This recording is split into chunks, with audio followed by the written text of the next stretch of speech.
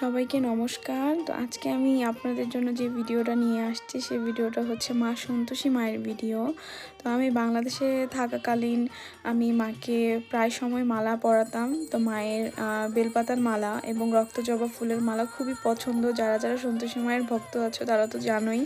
তো আমাদের বাসায় বেলগাছ থাকার কারণে আমি আগে প্রায় প্রতি শুক্রবারেই চেষ্টা করতাম মাকে বেলপাতার মালা দিয়ে পা থেকে মাথা পর্যন্ত ঢেকে রাখতে।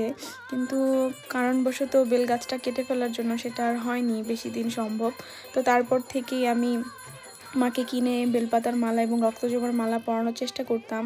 তো এই ভিডিওটা ছিল আমি ফ্রান্সে আসার কিছুদিন আগে আমি মার জন্য মালা নিয়ে গেছিলাম। ঠাকুরকর্তা মাকে সুন্দরভাবে মালা পরিয়ে দিচ্ছিল। দেখো মাকে কত সুন্দর লাগছে।